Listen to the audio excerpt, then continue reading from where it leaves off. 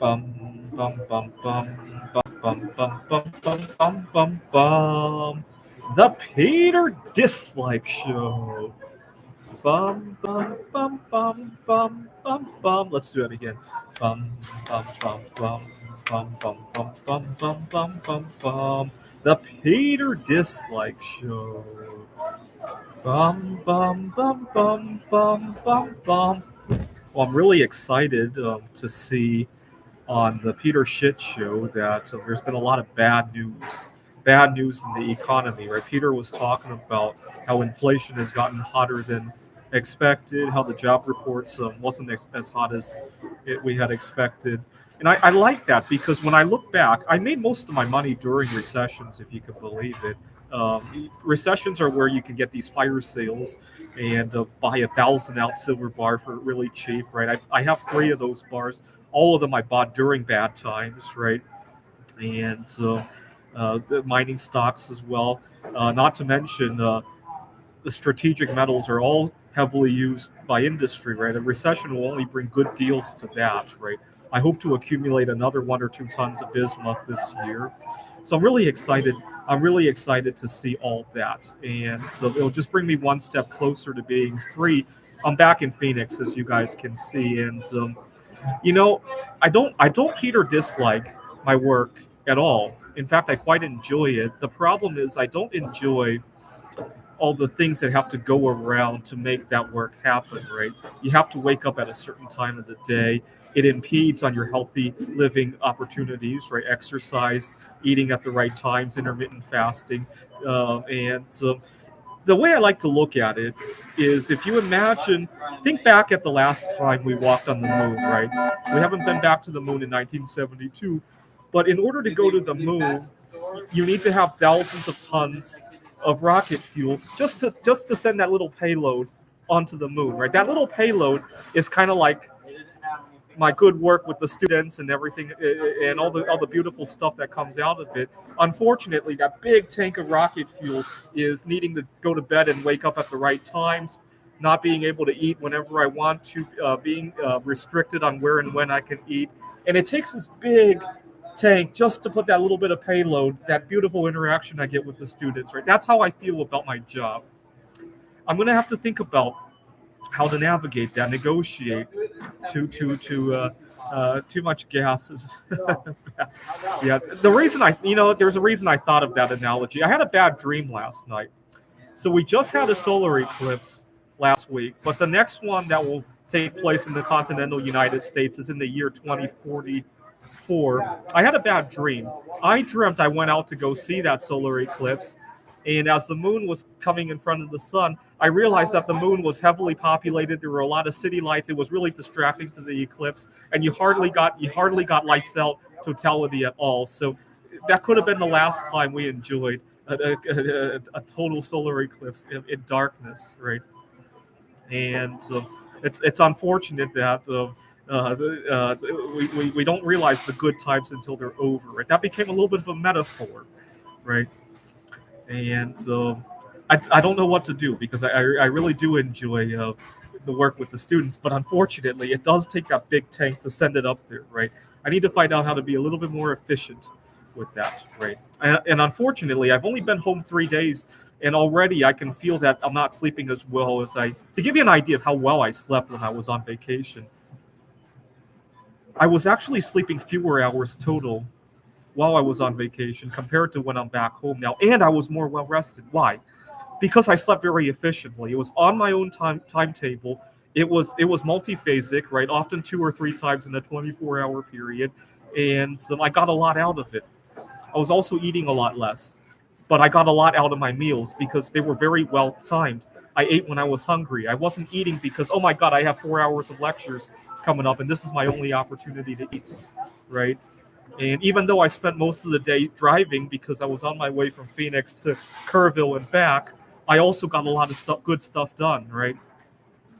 And it's kind of unfortunate that our rigid society causes so much waste, right? You waste a lot of time getting lesser quality of sleep.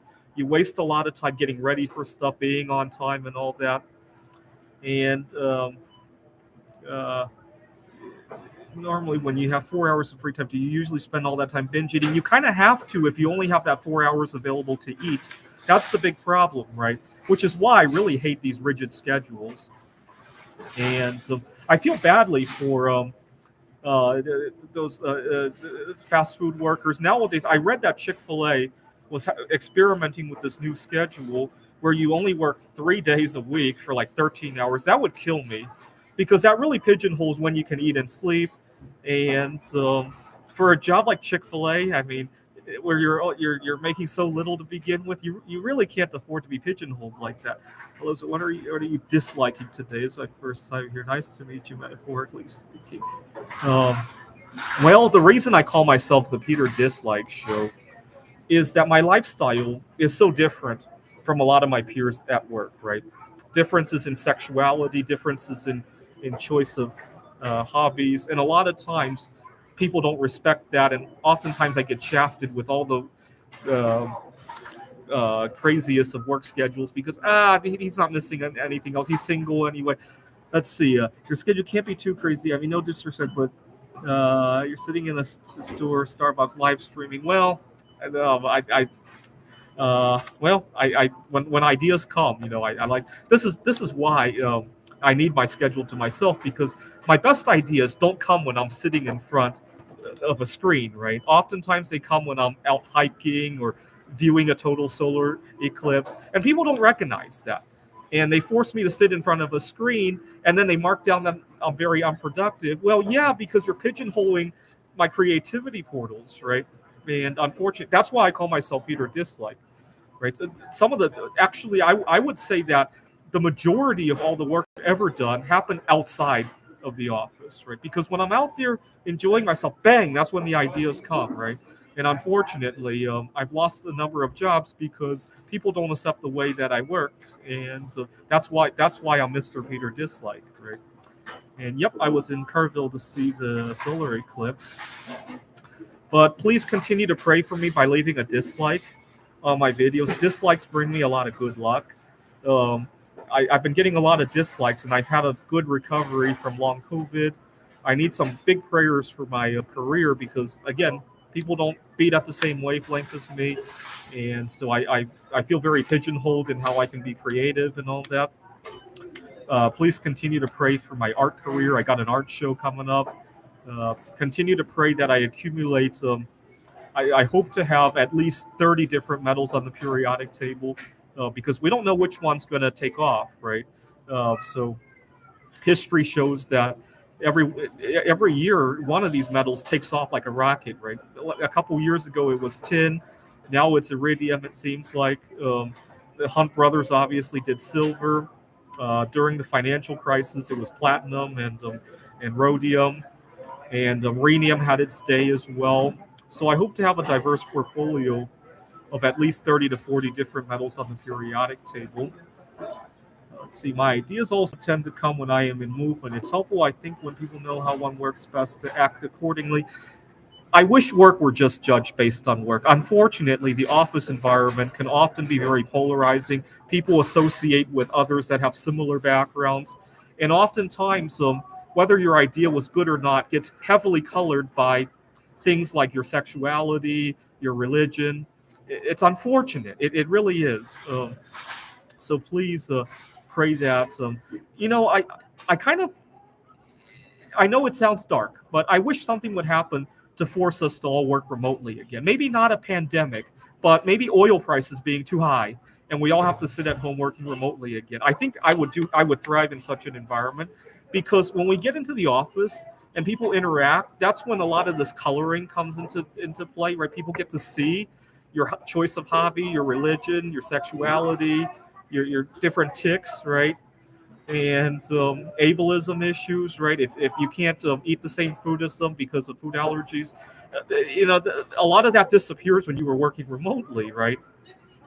So please pray that something happens to force us all to, or at least enable us to work remotely, right? I wouldn't say force because some people do like going to the office. This is the Peter Dislike Show. Bum bum bum bum bum bum bum bum bum bum bum bum. The Peter Dislike Show. Bum bum bum bum bum bum bum. Bum bum bum bum bum bum bum bum bum bum bum bum. The Peter Dislike Show. Bum bum bum bum bum bum bum. Bum bum bum bum bum bum bum bum bum bum bum bum.